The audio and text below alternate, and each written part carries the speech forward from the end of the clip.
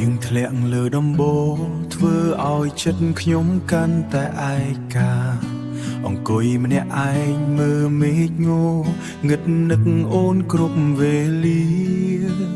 ពាក្យសន្យាធ្លាប់ប្រាប់ថានឹងមិនឲ្យបងឈឺចាប់តែចុងក្រោយសល់តែទឹកភ្នែក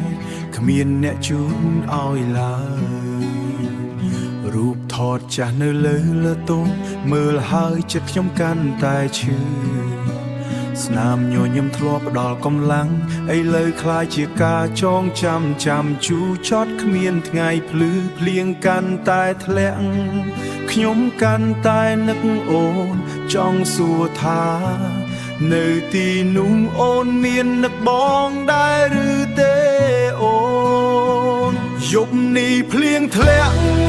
បេះដូងបងកំពុងតែយំសំលេងក៏លាន់ដោយសំលេងចិត្តខ្ញុំកំពុងឈឺចាប់មេឃយំឬខ្ញុំយំមិនដឹងអ្នកណាឈឺជាងសល់តែការចងចាំនៅកណ្ដាលយប់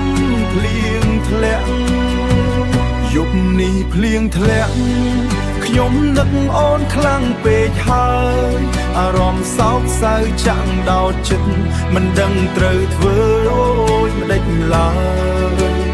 បើអាចវិលក្រោយបានខ្ញុំនឹងមិនអោយអូនទៅ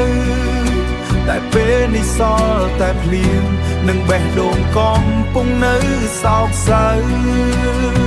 កៅស្រាមួយនៅក្បែរចង់ផឹកបំភ្លេចតែបែរជានឹកអនុស្សាវរីយ៍កាលពីមុនត្រូវបានរលាយហូរទៅតាមទឹកផ្លូវដែលធ្លាប់ដើរជាមួយគ្នាឥឡូវសល់តែស្រមោបេះដូងមួយនេះដូចបាត់ពន្លឺនៅក្នុងយប់ត្រជាក់តែលតយប់នេះភ្លៀងធ្លាក់បេះដូងបងកំពុងតែយំសំលេងក៏លាន់ដោយសំលេងចិត្តខ្ញុំកំពុងឈឺចាប់